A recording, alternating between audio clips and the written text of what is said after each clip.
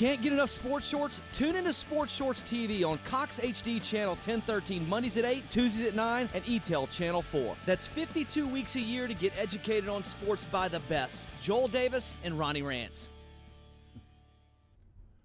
Welcome, everyone, to this week's edition of Sports Shorts presented by LeBears Casino in Baton Rouge. Hope everybody's having a great holiday time as 4th of July week is upon us as we tape Sports Shorts.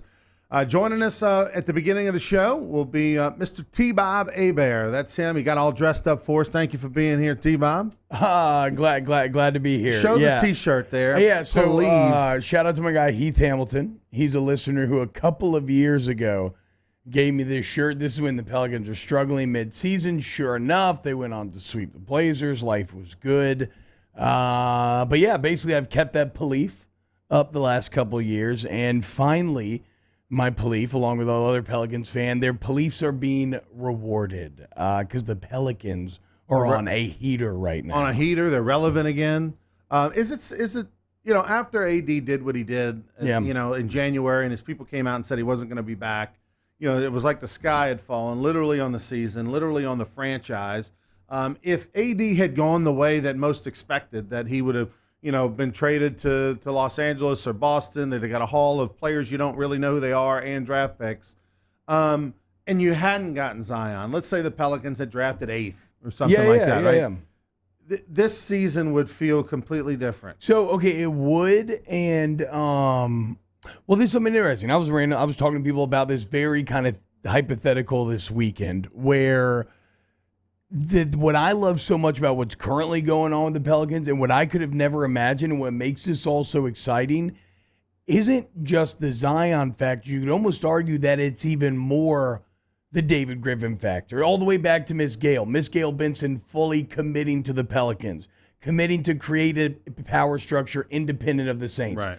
Getting a talent like Griffin, who then goes and hires Trajan Langdon and Swin Cash. And so when you combine that, like, pragmatic, like all that positive momentum that you can actually control, and then you add in the luck factor, which is lucking into Zion, then that just is like pouring gasoline on the fire. It hyper accelerates everything. And so now all of a sudden, you look like a potential Western Conference playoff team that's one of the youngest and kind of deepest in the league after day one of free agency. So it is wild.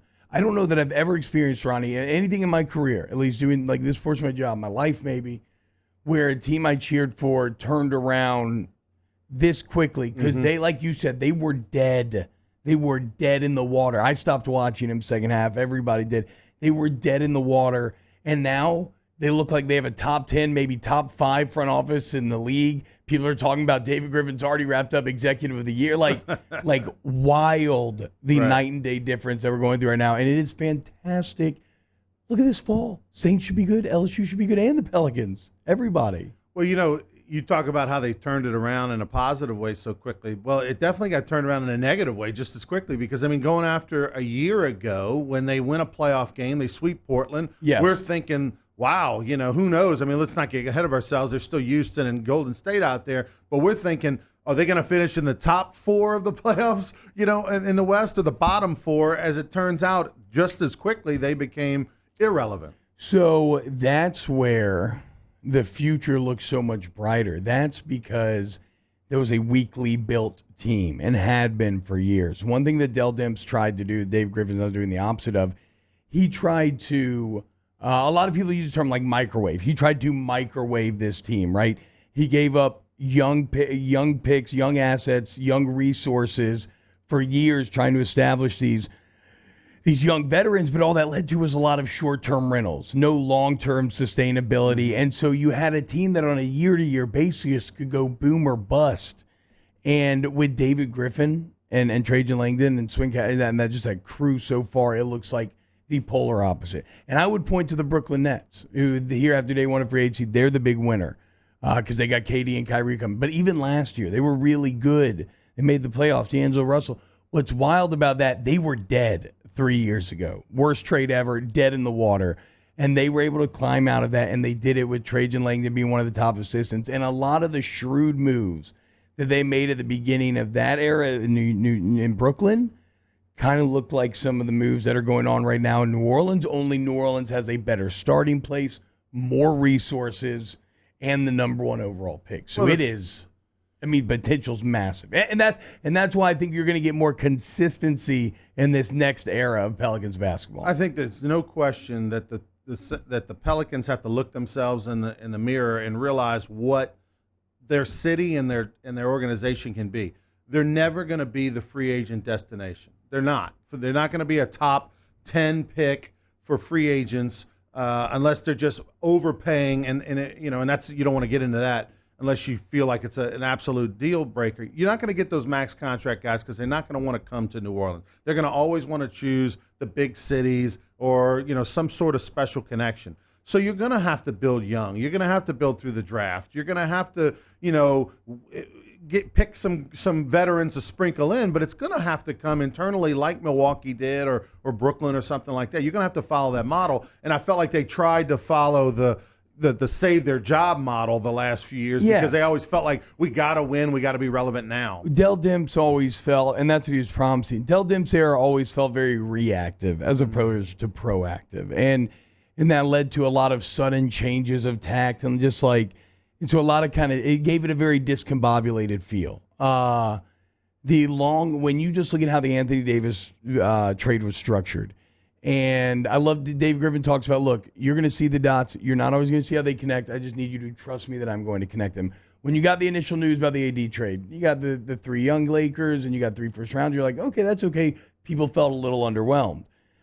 Then you dive deeper and you see, oh, wait, you have a top 8 protected here that rolls over in the first one. You have a pick swap here. And here you can choose if you want to swap picks or it rolls over next year. And you realize he planned this thing out through 2025. That is long-term vision defined. He basically shorted the Lakers long-term. That's a style of plan that we're not used to seeing in this front office. And that's where I think you almost maybe one day could be. Maybe not for the A+++ guys, maybe like your Durants, but you can start to attract max guys if you build a consistent winner and if you build a culture that players want to be a part of. And I truly believe that David Griffin understands the importance of that culture building. Besides the luck of the ping pong ball and getting Zion, what's the one move that you like the most, or the player that they've signed or drafted or anything like that who's the guy out there? The JJ Redick move is just top of the mind. That's really solid. Getting Derek Favors is pretty slick. So they got him from the Utah Jazz. This is Cat's 3rd overall pick in 2010. 9-year vet at, I think, 28 years old. And it's been hidden over there in Utah. Someone who I think a lot of LSU fans understand this. He plays a Kavell Bigby-Williams type role. He is your enforcer, but much better. Mm-hmm. He is your enforcer. Rudy Gobert, 2-time Defensive Player of the Year, was tweeting yesterday basically thanking Derek Favors for everything he's saying the Jazz and him himself, they wouldn't be where they are. They wouldn't have experienced his rise without him constantly driving him. And so you get a very high caliber, high character guy who, if fulfills a position need, he'll start at the 5, allows on to play the 4. You get him at a great price, and you get all that for the 39th pick in the draft. Because David Griffin traded the 39th to get 2 of Golden State's future second-round picks. Pelicans then turned those 2 future second-round picks around, got the third, and traded that to get. How many years do they have on Favors? I was wondering how many years are left on his deal. I want to say 2, or maybe it's just 1. No, it actually might just be 1 because they I think it's $17 million or something. I actually can't remember the finance off the top of my head. He's got about 17, 18 left, and that's about what they had. Yeah, but I like it. And some people say, well, they could have waited for him to get cut, but they wanted to make sure it was a done deal, a sure thing. And when you amass draft picks, you don't do it to always sit there and draft those guys. Like it was in 2021, 2023. Those are also resources for trades, and that's why the Kawhi Leonard situation is interesting. Because not only does Kawhi Leonard, I feel like, have a chance to either break or reinforce the balance of the NBA, but because David Griffin is shorting the Lakers, the sooner the Lakers are bad, the better for him. So if Kawhi Leonard stands there long-term, and you got Lakers, LeBron, and AD looking like they want to hang out for a while, that could actually weaken the AD trade in some interesting ways. Do the right thing, Kawhi. Where do you like to see him, by the way? Where would you like to see Kawhi? Not with the Lakers. Right. Is how I would answer that question. Anywhere but that. I think Toronto's the most interesting if he stays there, because I think the East is looking really strong, and I want the East to be strong again, and so like with like the Celtics signing Kemba Walker, you think they get back to maybe, and then the Bucks, Philly looks like they had a big day in free agency. So if he stays in Toronto, the East is super strong, and then right now. I think Ryan Russillo said this. I would agree with it. There's only like 2 teams that you can sit there in the West and say, I don't think they have a chance of making the playoffs. What did you think of the Durant move to Brooklyn? And we find out that the Knicks did not offer a max contract, which is bizarre. Didn't that feel, though, a bit like when you get broken up with and then you're like, well, I mean, I was going to break up with you anyway. We'll see. Yeah. Interesting timing on that. But there's only been one story, right, of a guy that tore his Achilles, and Dominique Wilkins is the one everybody references. Early '90s, he actually scored more the year after his injury than the year before. But that's really the list. There's not a lot of other feel-good stories about guys that tear their Achilles tendon and they come back better or the same. So based on that, is this Brooklyn Nets move all that great? He's not going to be relevant for a year. He's going to be out next year. Yeah. No, they're paying him $41 million to sit there. To just do physical therapy for a year. That said, that speaks to the immense talent that Kevin Durant is, right? Because they view it, and Brooklyn's got a very smart modern day approach to things. They're very kind of cutting edge in a lot of ways, and I think that they view this as an investment. I feel like they spent the last few years getting their building blocks together. They saw a great opportunity, and they were like, okay, look, if we can get Kyrie and Kevin Durant, it's a long-term investment, and we can still be relevant with Kyrie next year. I'm fascinated to see how Kyrie does in the locker room, because the last 2 places haven't gone well. Worked. Nobody likes him. So he's had 2 strikes. This is kind of his proving grounds, but yeah, so I think Brooklyn just felt like, the time to act is now. And I read something interesting today that actually had nothing to do with the Kevin Durant injury. They were just talking about this, how Brooklyn's sports are, their like health science, like their trainers and everything, are very, very forward thinking, very, very cutting edge. And who knows, maybe they sat there and pitched KD like, you can come back from this. We have this plan for you, yes, and we are committed, and we will bring you, we can make sure that you get added to that list next to Dominique Wilkins. I keep waiting for the bubble to burst, right? There's no way the NBA can sustain these salaries. My God, it's unbelievable. It is unbelievable. The money that we're talking about now, we're talking about guys that some of these guys literally, and I'm not as big an NBA fan as I was 10, 20 years ago. Yeah. I grew up Celtics. I lived out in Phoenix in the 90s, became a KJ, Dan Marley, Charles Barkley fan during the day, went to some of the games, Oh, that would have been fun to watch. It was beautiful. And then when the Hornets first came here to New Orleans, I got rejuvenated and everything. But really over the last, 5 years or so, I follow the Pelicans, but not really keeping up with outside of the big 4 or 5 teams that are out there. Not really digging on their roster and knowing all the players. I'm seeing guys that I'm like, let me Google him. Who's like, wow, he just got $23 million. Unbelievable. Well, so one thing is the NBA, unlike any other sport, the players have the most power, right? Because it's the hardest sport to go professional, and there's just not that many human beings that can play in the NBA. And so they and what they've done is, because they have so much power in that league, they have the most player-friendly CBA, right? So I believe their salary caps are directly tied to that TV revenue. So this is all market demand. Right. This is all it's not, there's no artificial caps put on how much you can raise and everything. And there's only 13 guys on a team. And so that's what led to the Solo Hill contract. It's fascinating. It was the hyperinflation of that offseason. There weren't that many players available. And so Solo Hill ends up with $12 million a year for averaging 4 points a game. So no, it's been crazy at times, but that's what I like about the Pelicans spending here recently. It's been much more reserved. And as far as not being in the NBA as a whole recently, I've been that way too. But I think that's partially because of kind of the rise of Golden State made the whole NBA feel a little more boring, and that's why I don't want Kawhi to go to LA, because right now parity looks to be in both conferences again. And if he goes anywhere but the Lakers, he's reinforced. Yeah, if he goes to the Lakers, he breaks it. If he goes to the Lakers, it's over. It's over. It's going to be another Golden State for another couple years. All right, we'll take a timeout. We come back. We'll dig a little deeper with T-Bob. We'll find out how he got into this thing called radio and TV and done such a great job. We'll go back to that, and we'll talk a little LSU as well. Don't go anywhere. Sports Shorts presented by LeBears will be back right after this.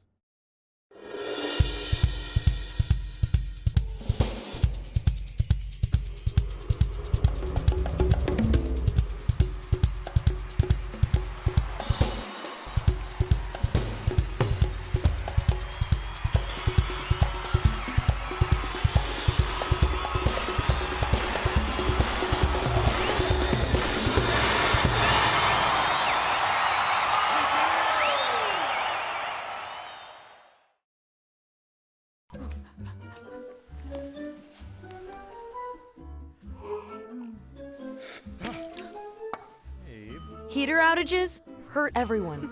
Don't be a victim. Call AccuTemp and schedule your maintenance check today. If you're an avid sports fan, then you need to check out the Louisiana Sports Hall of Fame, located in historic downtown Natchitoches, next to the Chateau St. Denis Hotel and the Natchitoches Convention Center. The Louisiana Sports Hall of Fame is where the rich history of Louisiana sports is told through the pictures, artifacts, and by the legends themselves in video archives. Come to the Louisiana Sports Hall of Fame and Northwest Louisiana History Museum and visit a world-renowned architectural marvel. For more information and to purchase tickets to the annual Louisiana Sports Hall of Fame events, visit lasportshall.com/purchase. Introducing the Mercedes-Benz family of vans, including the full-size Sprinter and the mid-size Metris.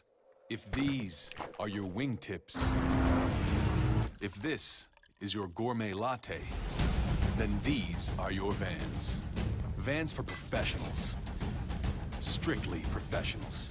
Best commercial van residual value according to ALG, and starting at just $25,995. Mercedes-Benz. Vans. Born to...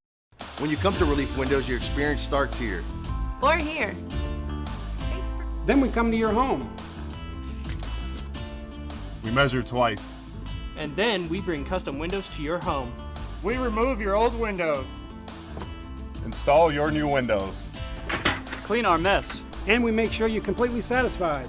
And all of this before you pay a dime. And at Relief Windows, our #1 product is customer satisfaction. Relief Windows.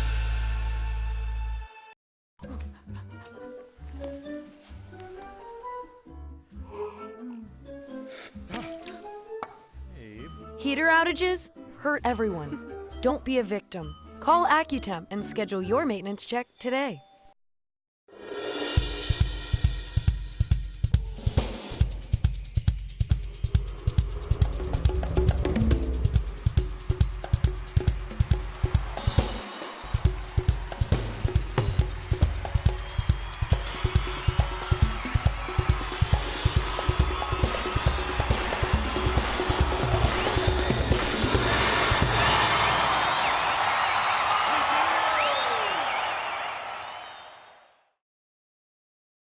Can't get enough sports shorts? Tune into Sports Shorts TV on Cox HD Channel 1013 Mondays at 8, Tuesdays at 9, and ETEL Channel 4. That's 52 weeks a year to get educated on sports by the best. Joel Davis and Ronnie Rantz. Welcome back, everyone, to Sports Shorts presented by LeBears Casino. T-Bob Hebert, former LSU offensive lineman and center. What years were you there? I was there 07 through 11, which doesn't feel very long ago to me, but that is now 8 years ago. It's unbelievable. So 07, you redshirt, y'all win a national championship. Yes, I was 2-time Scout Team Player of the Week. Oh, is that Thank you really? for asking. That's a big award. Not to brag, I think when you're kind of going who's responsible for the Natty, I think you go like Glenn Dorsey. You helped Matt Flynn. Get Glenn ready for the weekend. And then right behind Flynn, I think it's probably either me or Jacob Hester. So, yeah. What do you remember, about that team and that year for you? I remember that team partied more than any team that I'd ever was or ever had been a part of. Nice. They were definitely they abided by the old code that my father taught me, which is It's okay to hoot with the Owls at night if you want to, but you better be ready to soar with the Eagles. Right. You better dance all night. You got to pay the band in the morning. Work hard, right? party hard, and then on a more like serious note, they really did teach invaluable lessons about like leadership, like coming together as a team, both player led and sometimes like coach led as well. But just what it takes on a day-to-day basis to be that successful. Like, so it was, and it's interesting. I always think about my college time because we started at the top my freshman year when I redshirted. We win the national championship. That's what we learned from. And then the rest of my career was an evolution of trying to get to be those guys. And eventually we got like, next year was 9-4. Then it was 11-2. And then it got to 13-1. So it was like, finally, by my senior year, I felt like I had learned the lessons and was trying to pass down these same lessons that I was taught to them. So that kind of like national championship leadership, in my opinion, is kind of generational. And so we learned everything from them. Real quick comment on Glenn Dorsey. I was surprised he wasn't a better pro because he was one of the best LSU players ever defensively. Yeah. I think I want to say that Glenn spent the majority of his time in Kansas City playing a 5 where he was a dominant 3 tech. So, I mean, you know, it's like it could be scheme. It could be a million things, right? I like to look at any sports players. I like to look at their points in their career individually, right? Because look at a guy like Alvin Kamara. Alvin Kamara, you could say not a good college football player. Never really played. Was the backup at Tennessee. He had a transfer from Alabama and everything. And yet he is an incredible NFL player. And then you have these guys that are college Hall of Famers and they don't go on to do anything in the league. But like what Glenn did at LSU, like I saw the other day, the thing about naming the D-line room the Michael Brockers room. And I love Michael, and that's my guy. Well, he wrote the check. I mean, that's what that's all about. Exactly. Right. But it does feel weird to have a room, a D-line room not named after Glenn Dorsey. I mean, he is one of the he's like Billy Cannon-esque, I think, for guys my age and probably kids younger and stuff. So what he did, it was so unbelievable as a scout team or a freshman coming from small 2A private school Georgia ball to then going against Ricky Jean Francois and Glenn Dorsey every day. It was a hell of a learning lesson. All right, so you got a national championship ring in 2007. You were on the 13-0 regular season team in 2011. Let's be honest. I mean, who wins that game between those two teams, 2007 and 2011? I mean, I think 2011 wins. 2007 lost 2 games. But that's a valid point. I mean, you know, the ping pong ball fell correctly for the Pelicans. Our defense was unbelievable. Right. Our defense was, I think. But their offense was better in 2007. Yes, yeah. Than your offense in 2011, but your defense was a legendary defense. Yeah, we had Tyrann Mathieu. You know, he's a Glenn Dorsey-esque character, right? But honestly, I'll take 11. Yes, you'll take 11. Yeah. I mean, but yes, I'm obviously biased too. But yes, I firmly believe that. I mean, I was talking about this somebody the other day, but when you run down, and what makes you want to tear your hair out in a way, but what that team was on the edge of being, you know, beating 9 ranked teams. It would have been the greatest team ever. Everybody by double digits that we played except for Alabama. We beat the Orange Bowl champions, beat the Rose Bowl champions, Sugar Bowl champions. Mm-hmm. So it would have gone down as the greatest team ever to play if LSU beats Alabama or if Oklahoma State comes and you beat them. You know, isn't it funny what a tangled web life? It's actually weaves. I remember watching that Oklahoma State-Iowa State game Friday night in the hotel, and immediately afterwards, me and Blackwell were just like, "Oh my God, dude, that means Bama's back in the picture." I knew. I mean, when you take a step back, and I know the wound's still fresh because it hasn't been long enough. But it's something that'll never fully go away. Absolutely. But I'm definitely at peace with it now. But I'll say that it's as dominated as LSU was in that game. The fact that they only lost 21-0. Yeah, that's pretty. No, I mean that's a fair scoreboard point. wise, it was much worse than 21-0. Well, hey, I was trying to explain this to someone the other day because people always ask me like, "What happened?" Right. And everybody fails to. Urban legend, by the way. That's what I'm saying. I know. And Everybody fails to accept the boring truth, which is nothing happened except we got our ass kicked. We got out-coached. We got outplayed. Right. We got out everything. If you're trying to understand how could that be the case, if you look at the end of that season, the offense had really started to struggle. And what that led to was in multiple games for maybe the first 2 quarters, 3 quarters, it was kind of stagnant. Game was close. And then it would just be like an avalanche breakthrough would happen and the team would end up getting dominated. If you look at that national championship, it was close for the majority of the time. So I think the coaching staff, like, why didn't Jared play? Why didn't I play? Why didn't who play? Russell Shepard, like, I don't think it was anything malicious. It wasn't because anything anybody did.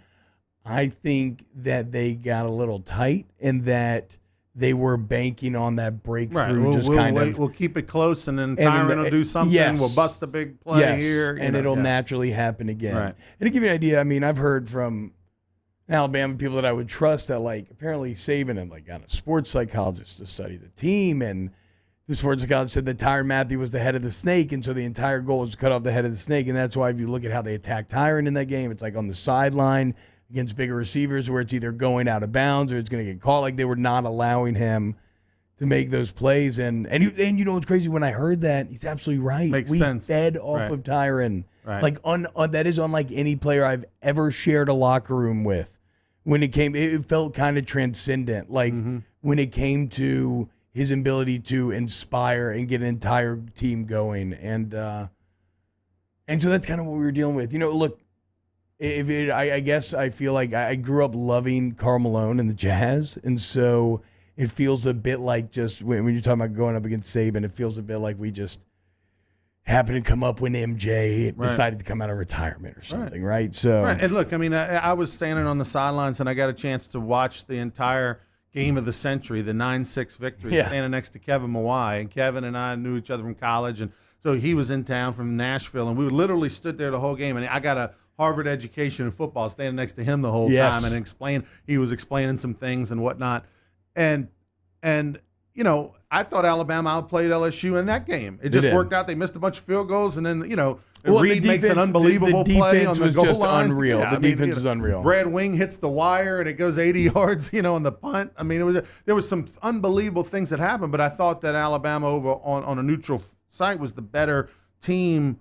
No, they did. And they proved it, unfortunately. Well, and that's how that's how football works. Where, I mean, you look at next year's game in 2012, LSU. That's the last time where LSU really dominated Alabama. They outplayed him in every statistical category, and then they end up losing. So sometimes that's how it goes. I would say this, in my opinion, once again biased. I think from a talent standpoint, those two teams are pretty much equal. And if you look at how the guys panned out in the NFL, that would lean towards that. Shocked that Richardson wasn't better. I mean, a guy in college was unbelievable. Yeah, I know. I mean, look, that's another guy. Just sometimes it translates, sometimes don't. Sometimes you have a guy like Mark Ingram who took a while to translate, but now he's really good. But yeah, so I think though, I mean, look, I just think that, and this isn't even no disrespect to the LSU coaches, because I thought I had very good coaches, and I think the record speaks for themselves. But when you're talking about going up against the GOAT, I mean, there's a reason why they end up being like that. I hate you, Nick Saban. I hope your bionic hip really hurts. Not really. Well, maybe a little bit. Just a little bit. Just the week of the LSU game. Yeah. The 2 weeks before the LSU game. When you were at LSU, did you think about TV, radio? Did you think about life after football? Did you see yourself in this role? No, I didn't really think about life after football, which, you know, everybody has regrets. You're always like, I wish I would have done this in school. I wish I would have done that. Like, I wish I would have appreciated, like, being in school a bit more. But look, when you're in it, man, and there's so much pressure and so much, you know, riding on the games, it's kind of what you lock into. And now I have no claims because it has completely set me up for what I'm doing now with my life, which is something that I always said, like every athlete, I was like, I don't want to be in the media. I don't want to be in the media. I don't want to be in the media. And then when I got cut when I kind of knew I was done playing, I was like, wait, what am I going to do, dude? I don't know anything but football. Like, that's all I've been doing these last few years. And I got lucky, so I called up Derek Panamsky when him and Jordy Collada were doing Mondays and Thursday nights here on 104.5 on a show. They were calling Off the Bench. And I joined up there. And we did that for a little bit. and then Derek left that, and so it was me and Jordy doing that on Monday and Thursday nights. And I was liking it so much, I decided to try to do it long term and full time. And that's when, look, I try to recognize how privileged I am, how lucky I am, because I am a beneficiary of nepotism. Like, I would have never gotten proud flag carrying nepotism. And that's waiver. not to say that. That's not to say that my father was in there like lobbying WWL to hire me, because he wasn't. It wasn't like he was sitting there advocating for me. Right. But I would have never been on the radar. Sure. They liked the idea of getting both of us in there, etc. Right. So it's like I would not have been given that opportunity. And they offered me a morning show on a sister station, and it was unbelievable. I mean, I wasn't any good. I'm still trying to get better all the time, but like, it was life-changing. I never thought I would have a job that I liked. Right. And now I do. And that is invaluable. And so through that, it's just been growth from morning radio, then doing 8 to midnight for a while, which is a hell of a shift.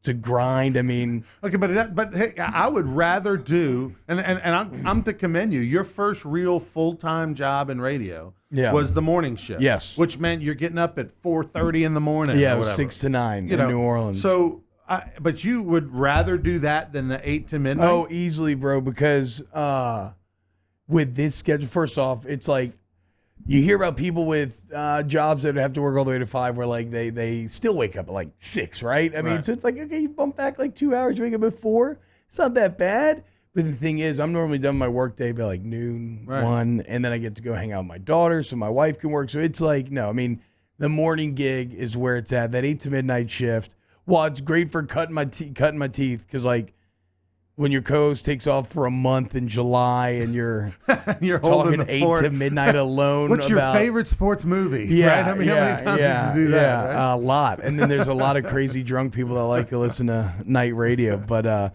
so it was an incredible experience. But I jumped at the chance to get back on in the mornings. And it's just fun. I mean, look, people are going into work. Maybe you don't want to. You want to turn your brain off for a little bit. You just want to have some fun while you're in your car stuck in traffic, and that's kind of my sole goal for the show. Is I want people to be like, "That was pretty funny." Like, I had fun listening to that. Yeah, that's definitely a thing. Don't ever tune into anything that I'm doing for hard facts and content. I'm not going to give you the. It's about entertainment value, and especially when you're doing it every day. If you want that, go to Moscona. Right. I mean, there you go. Absolutely. You got the skill. The guy's the best. He's groundbreaker. He's the first guy. If you know, Moscona holds the record for first guy in the Baton Rouge market to get paid squarely to do TV, to do radio. Before him, everybody was an independent contractor. Everybody had to sell ads or to make money, or sell, like Jordy, sell advertising in addition or whatever. First guy in the Baton Rouge market. I mean, you go back to the heyday and the Mount Rushmore, Jimmy Ott, Charles Handgrip, Buddy Sanji, Larry Matson back in the day, you name it. He's one of the guys. So, if you want the hard facts and a guy who preps all day long, that's your show. But if you want fun and entertainment and God knows what's going to be said next, a little more loose. Tune in to off the bench. Off the bench. No, for sure. I mean, like, straight up. Everything you said is accurate. Shout out to Guarantee as well. I think for them taking a chance, right? They've created a hell of a little bubble here, right? Absolutely. This little sports radio bubble here is 104.5. Yeah. It's a lot of fun to work here. That was another thing that really attracted me to here. You talked about you kind of the wild and craziness stuff that comes out. What is your advice? Because there's a lot of talented young athletes out there that now turn on an 18,000 TV station, see folks like yourself or myself, former players that are sitting behind a microphone. What is your advice to them if they want to get into this business, radio or television? I mean, but that's the thing, right? That's where it gets. That's where if I'm just being completely honest, I feel a little weird about giving that sort of advice because of the circumstances that I named. Like, my opportunity here was incredibly unique. I'm just now trying to make the most of it, right? However I got here, I want to do right by the opportunity that I was given. I think a lot of people would likely have to, you're going to have to grind harder. You're going to have to do more dirty work. You're going to have to rise up in the system a little more. Unless, if you're like an athlete, then that's always something, if you've if you enjoy it. Sometimes being an athlete gives you like some sort of pedigree. But the main thing is, I think you just have to truly love recording and talking about this stuff. And that means like while you're working your way up, you're doing this or that. Like it's incredible with phones and everything how democratized creating stuff has become, whether that's like video, I mean, just like YouTube, everything else. So like my main thing would just be just talk about something that you like. And I even hesitated to call it a podcast because everybody in the world has a podcast. Everybody does, right? Whatever. But do that. But it is a podcast. Just make something, talk about it, and get mic time, and you'll get better and better. You'll enjoy it, and then you got to have an opinion. Maybe you grind away, and then you get that break eventually. The biggest thing I always tell people is you got to have an opinion. You got to be willing to have people disagree with you. You know, I think when you're a player, when you were at LSU, you were trained on how to answer questions and what to say and what not to say, and don't give fodder to the media. So you have to break those chains, and you have to, okay, now I can have an independent thought, and I don't have to be a robot and answer the question that's going to not be controversial. But at the same time, that's delicate dance, and it takes some players never get over that hump. And something else that's kind of interesting as we're just like kind of thinking about all of this is, see, now sometimes I've always felt as a viewer that almost sometimes that can go too far, where you have the debate shows that are built up where regardless whether this person believes or doesn't believe, they're just, they're always going to be on one side or the other. And I go back and forth to that because sometimes I do think it's fun to play devil's advocate and argue something. It's a lot of fun. But I also think that if you're not going, and you're right, it's don't have, or you have to have an opinion. But I think if you are well thought out and well researched, and you really critically think and you think about your arguments, you can have an opinion that acknowledges the nuance of the situation. Where maybe there are valid arguments on both sides, but you just can't sit there and say like, oh, well, I don't know, like I get both sides. No, you need to be like well reasoned. You need to explain yourself, and you don't want to be too much right because that is a bit of fence sitting. But I think, I guess my advice would be the critical thinking aspect of it. Like when you read a topic and you're writing about a topic, really sit there and try to like turn it over in your mind and like look at it from the different angles and think like as a listener, what about this would make this story interesting to me. And there's so many times where I like something. There's so many times where I'll read something afterwards, or I'll have an idea. I'm like, oh my God, why didn't I think of that? Or like that was so interesting. And then I'm like, well, that's why this guy is where he is, because it's normally like some national guy who's a badass. And so yeah, critical thinking I think is key for this job. But did Dad give any advice? Did Bobby Hebert give any advice, or not really? No, he's just a big prep guy. And that's what he kind of drilled into me. I mean, ever since that's how he's a successful NFL quarterback. He just studied 24/7. And so now that man will sit there, and as soon as he wakes up in the morning, he gets his newspapers, he has his glasses on, and he has scissors and Scotch tape and computer paper. Old school. And he cuts out the newspaper articles and he Scotch tapes it to the computer paper and he highlights it. And then so he has these handcrafted cheat sheets for each day. I always get a kick whenever the oldest of school. It's like a handmade printer. It's like that. They have laptops and iPads. I've tried explaining it to him. But it's funny. Anytime I've ever been a guest on the show on WWL with your dad, especially I'm on there a lot during baseball season. Yeah. And I know your dad's not watching LSU baseball, right? Like he's not. No. But yet inevitably, but he's reading about it. But inevitably, he's got to ask a question or two during that 10, 12-minute interview when Gus Cangilly does the show? Christian Garrick. Oh, Christian Garrick. My That's right, Christian. So inevitably, Christian's got to take a breath. And Dad's got to jump in on this baseball segment, and I always get a kick out of what he's going to ask. No, I know it's so Ronnie, prepped. Tell me this. And he'll ask me like, let's see. And I know it's a long question because he's reading from whatever article he really enjoyed that day. And then but that's the thing. He will prep all day. Read he'll whenever I bring this up to him, he'll brag on it, but he'll be like. Yeah, he's like, I don't know how those smartphones or computers or anything works, but he says I'm as prepped as anybody that you will talk to in this game. And I think, I mean, I'm inclined to agree with him. He's been around, what, 20 years? He's been around a long time. I mean, he's been doing it in that market for about 20, at least 15. I was in high school. He's coming up on about 15 years since he's been doing it. I mean, look, I don't care what market you're in. You survive that long in a market like this that's all about ratings or, and you say one thing and a sponsor complains, you could be out on your feet, So I give him a lot of credit. And I hear that man say a lot of crazy things. So, I am very good on him that he's never gotten caught up. Post-game Saints, there's none better. He does have a smartphone now, though. So that's good. Yeah, no, I mean, look, man, you give that man a little single malt, get him on after a big Saints win. And that is something that... I'd rather a Saints loss, though. He's much more entertaining after a Saints loss than a Saints That is win. something that I truly think he is a master of, that I'm not very good at,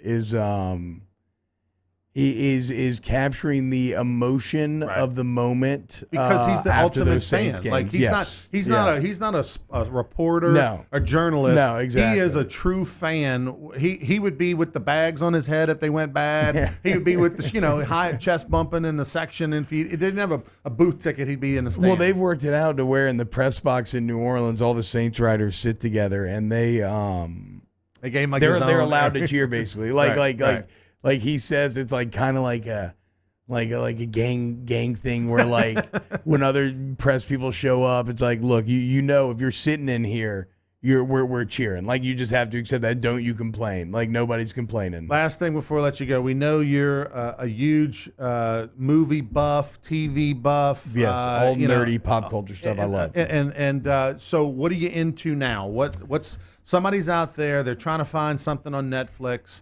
And give them some advice. One or two things they should watch during the summer. Well, I just tore through Big Little Lies. Unfortunately, only 2 seasons. Yes, but it's just an incredibly well-crafted show. Stranger Things Season 3 is about to come out July 4th, and I love the first 2 seasons. Mm-hmm. So, and then obviously Toy Story 4. Was really good. You saw Toy Story 4? I saw Toy Story 4. Okay, so anything kind of not on the main radar? Like those are all mega hits that everybody knows about. Give me something down and dark and on the nobody knows about. So all my free time has been going to a video game, The Witcher 3, for the past 3 months. It's kind of crazy. I've been chipping away at this thing.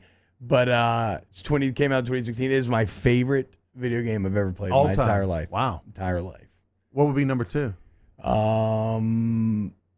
I would say maybe Gears of War 3, potentially, in terms of how much fun I had with the game. Right. See, now we're getting into some deep cuts. Yeah, so you got a great wife. You watch My Hero Academia. That's a little anime. How do you feel about anime, Ronnie? Are you ready to go down this hole? No, I'm not. No anime. Yeah. No anime. The only thing I know about anime we can't talk about. How do you feel about Studio Ghibli? Whoa, right now. Studio Ghibli, Spirited Away, Hayao Miyazaki. You lost me at The Witcher. Get into it. Right. The Witcher's incredible, which is actually going to be a Netflix show. Is it really? Starring Henry Cavill. Superman. So there you go. You learned something new on Shout the show. Shout out to Geralt of Rivia. T-Bob, thanks so much, man. Appreciate the time. Check him out off the bench Monday through Fridays. He and Jordy Collada do a great job. They're both the yin and the yang from 7 to 9 a.m. and always believe. Sports Shorts presented by LeBears will be back right after this.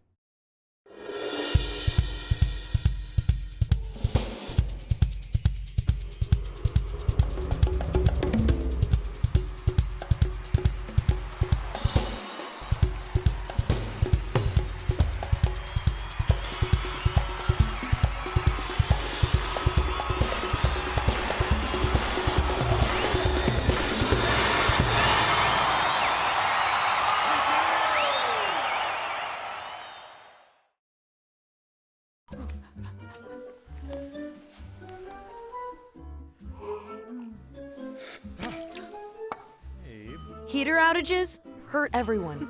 Don't be a victim. Call AccuTemp and schedule your maintenance check today. If you're an avid sports fan, then you need to check out the Louisiana Sports Hall of Fame, located in historic downtown Natchitoches, next to the Chateau St. Denis Hotel and the Natchitoches Convention Center. The Louisiana Sports Hall of Fame is where the rich history of Louisiana sports is told through the pictures, artifacts, and by the legends themselves in video archives. Come to the Louisiana Sports Hall of Fame and Northwest Louisiana History Museum and visit a world-renowned architectural marvel. For more information and to purchase tickets to the annual Louisiana Sports Hall of Fame events, visit lasportshall.com/purchase. Introducing the Mercedes-Benz family of vans, including the full-size Sprinter and the mid-size Metris.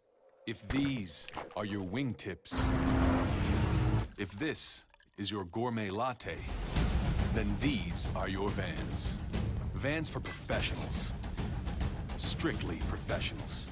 Best commercial van residual value according to ALG and starting at just $25,995. Mercedes-Benz. Vans. Born to... When you come to Relief Windows, your experience starts here.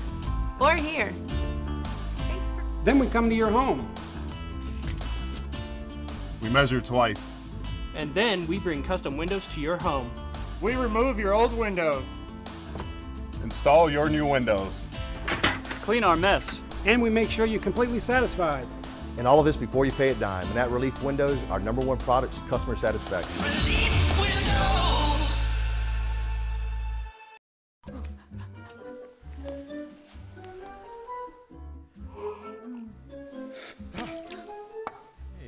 Heater outages hurt everyone.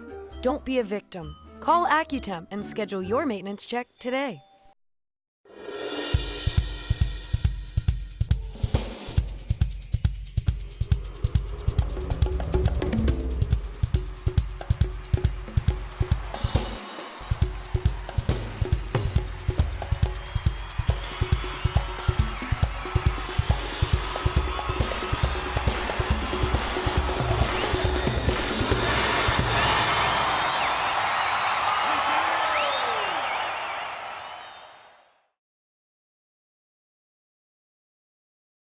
Can't get enough sports shorts? Tune into Sports Shorts TV on Cox HD Channel 1013 Mondays at 8, Tuesdays at 9, and ETEL Channel 4. That's 52 weeks a year to get educated on sports by the best. Joel Davis and Ronnie Rantz. Welcome back, everyone, to Sports Shorts. Ronnie Rantz, presented by LaBear's Casino. Sports Shorts each and every week. By the way, go download the LaBear's Baton Rouge app for free on your phone, and then you can see all the great goings-on, all the concerts coming up. You go to Ticketmaster.com to pick up the concert tickets, as well as at the Sundry Store inside LaBear's. Thanks to T-Bob Hebert. Always entertaining to have him on as our guest here on this 4th of July edition, and happy 4th of July to everyone out there. This past Saturday is traditionally when the Louisiana Sports Hall of Fame has its induction weekend. Now, this past year, in June, a few weeks ago, we moved it up to accommodate kind of Peyton Manning's schedule this year. But next year, June the 27th, mark it down on your calendar already for June 27, 2020, will be the Hall of Fame induction ceremony, which will culminate 3 days of festivities up in Natchitoches in Alexandria. Well, this past weekend, speaking of Peyton Manning, he had his Peyton Manning, the Manning Passing Academy with his brothers and dad over down in Thibodaux. But back just 3 weeks ago up in Natchitoches, we had our Tiger Athletic Foundation Hall of Fame brunch, which was hosted by Tim Brando of Fox Sports. And, by having T-Bob on and with it being the anniversary of the Hall of Fame induction week, I wanted to take a look at the goings-on of the Tiger Athletic Foundation brunch, honoring the 2019 Hall of Fame class. Take a little peek.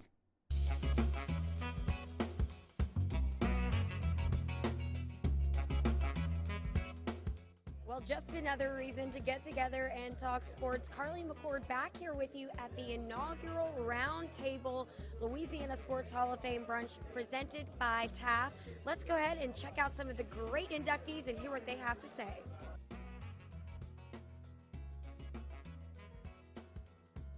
Well, it's exciting for the people in the museum, some of them I played with, and all of my coaches, including my high school coach. The only thing in my house, blue and brown, are my eyes and my feelings. That's it. But it's great to be with you today. It really, really is. Well done, Coach. That was a quick saving of you. Tiger Athletic Foundation, we support LSU athletics, and a lot of the kids that come through LSU end up being in the Hall of Fame, or they aspire to be in the Hall of Fame, and so it's only right that LSU supports everything that Louisiana does and all of its athletes.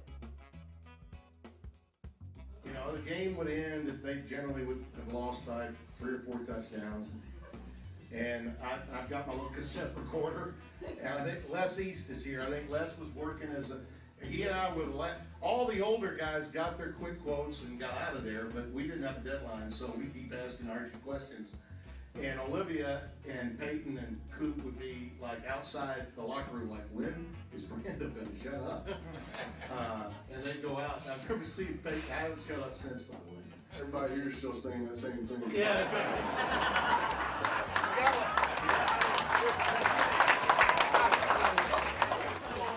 2 interceptions at Louisiana Tech. Yeah, so I got the most. I still think I'll hold that record. And, speak really from my family's point of view. With my dad was Billy, and he played on the 58 team with Max, and they were best friends. And I know that if he were here today, they would be telling stories. Fibs, I know, would be coming out of both of their mouths. It's been a lot of fun, and for me, it's an honor to be associated with this class of people here today and the ones already there.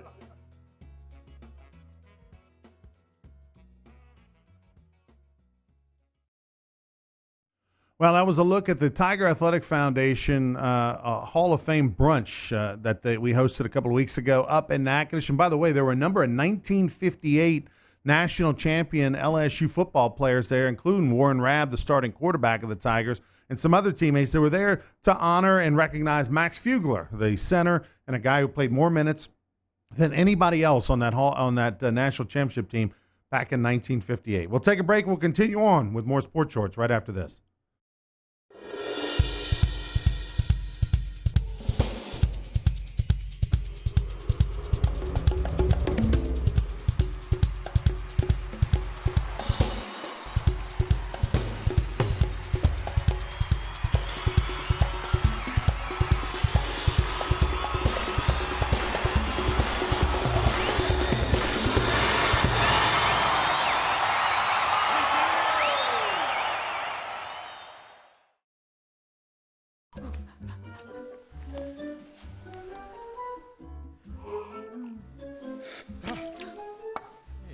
Heater outages hurt everyone. Don't be a victim. Call AccuTemp and schedule your maintenance check today. If you're an avid sports fan, then you need to check out the Louisiana Sports Hall of Fame, located in historic downtown Natchitoches, next to the Chateau St. Denis Hotel and the Natchitoches Convention Center. The Louisiana Sports Hall of Fame is where the rich history of Louisiana sports is told through the pictures, artifacts, and by the legends themselves in video archives. Come to the Louisiana Sports Hall of Fame and Northwest Louisiana History Museum and visit a world-renowned architectural marvel. For more information and to purchase tickets to the annual Louisiana Sports Hall of Fame events, visit lasportshall.com/purchase. Introducing the Mercedes-Benz family of vans, including the full-size Sprinter and the mid-size Metris.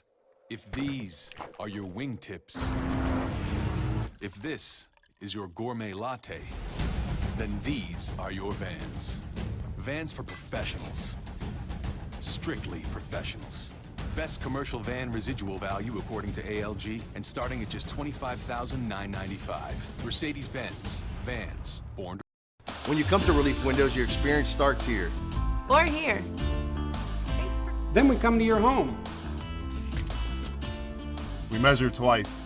And then we bring custom windows to your home. We remove your old windows. Install your new windows. Clean our mess. And we make sure you're completely satisfied. And all of this before you pay a dime. And at Relief Windows, our #1 product is customer satisfaction. Relief Windows.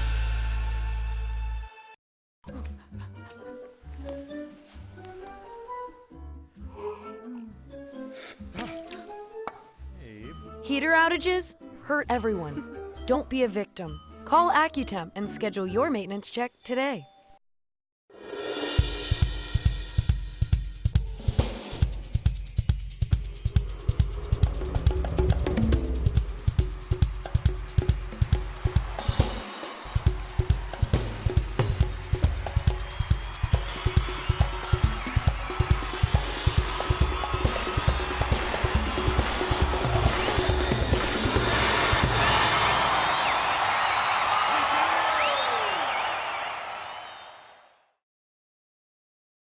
Can't get enough sports shorts? Tune into Sports Shorts TV on Cox HD Channel 1013 Mondays at 8, Tuesdays at 9, and ETEL Channel 4. That's 52 weeks a year to get educated on sports by the best. Joel Davis and Ronnie Rantz.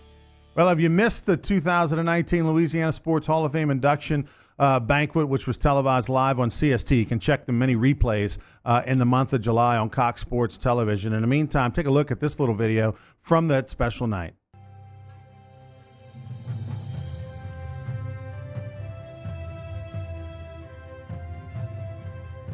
Well, the moment is finally here, the one that we've all been waiting for, the Louisiana Sports Hall of Fame induction ceremony. Hi, I'm Carly McCord alongside Gordy Rush. Gordy, so many individuals are going to be walking across the stage tonight for a huge moment in their lives. Who are you most looking forward to? Wow, I'm torn. There's so many great inductees. For me, obviously, Les Miles. I have a great bond with them. I'm really excited to see Coach Miles and his family. You are going to have Cowboys, you're going to have former quarterbacks, Canadian League Hall of Famers. It's going to be a big night, so let's go ahead and check it out. Ladies and gentlemen, if you would, one more time for the 2019 Louisiana Sports Hall of Famers.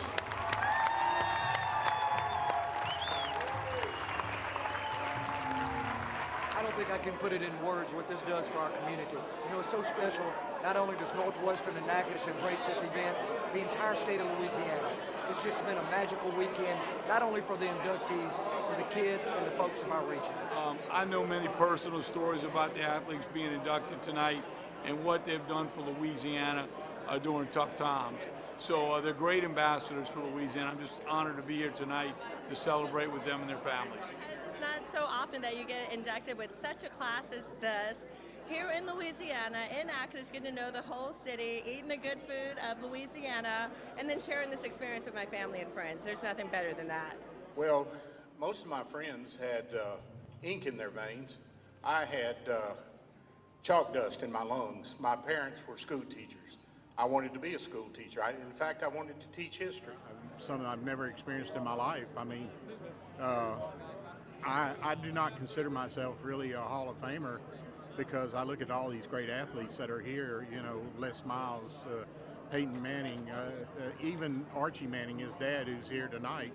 I'm just a sports writer, and that's all I've ever done, and I've covered these people, and it's just an honor to be up on the same stage with them.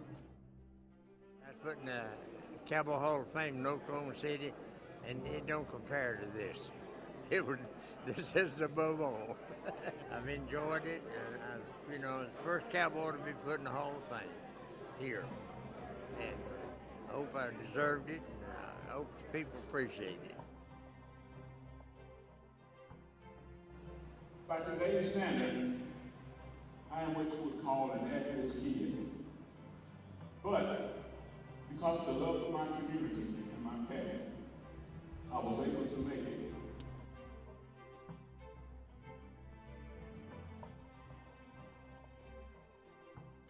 Congratulations, Dad! Skip Bertman, when he interviewed me, he said, family or football? And I said, both. And I said, I'm gonna fight like hell to do both. You're gonna get a great coach, I told Skip. I said, but I'm gonna be a great father and husband. So, Coach, how do you do the Les Miles clap? Wait a minute, stop. I'm looking at Peyton, and you said clap, and he goes, oh. When you clap and you have rings on your fingers, if you do like this, you're going to injure yourself. So what you have to do is make sure that your fingers are away from the clap. In other words, like these things here are bent back. You're just going to hit this, and then yeah.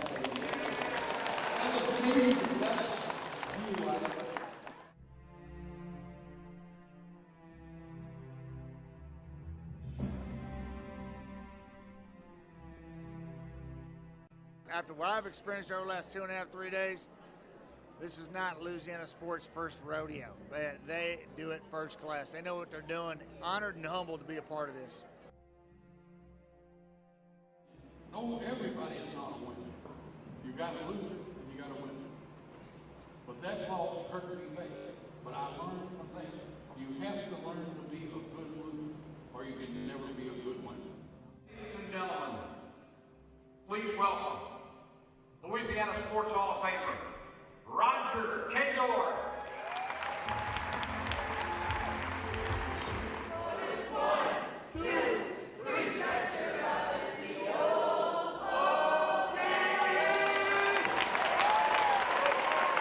Tonight, he joins his legendary father, Archie, who's down here in the front row, in the Louisiana Sports Hall of Fame. Louisiana Sports Hall of Famer, one of the greatest football players in history, quarterback Peyton Manning.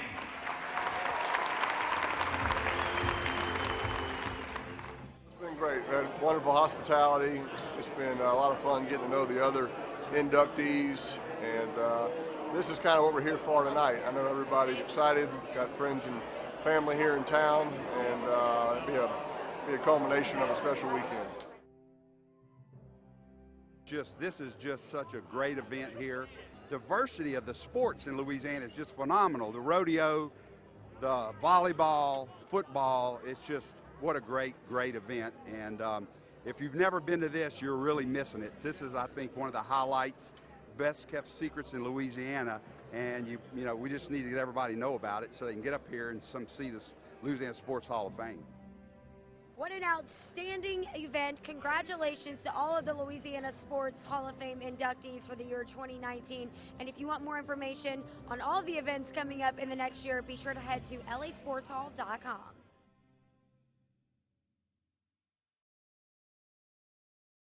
McCord and everybody who helped make the Louisiana Sports Hall of Fame induction event so special. If you have not ever been to the Louisiana Sports Hall of Fame, do that. It's in Natchitoches on the banks of the Cane River. It's open Tuesday through Saturday from 10 until 4:30. Well worth the trip. Special thanks to T-Bob Hebert, who is our guest today on Sports Shorts. We'll see you next week, everybody. Have a good one.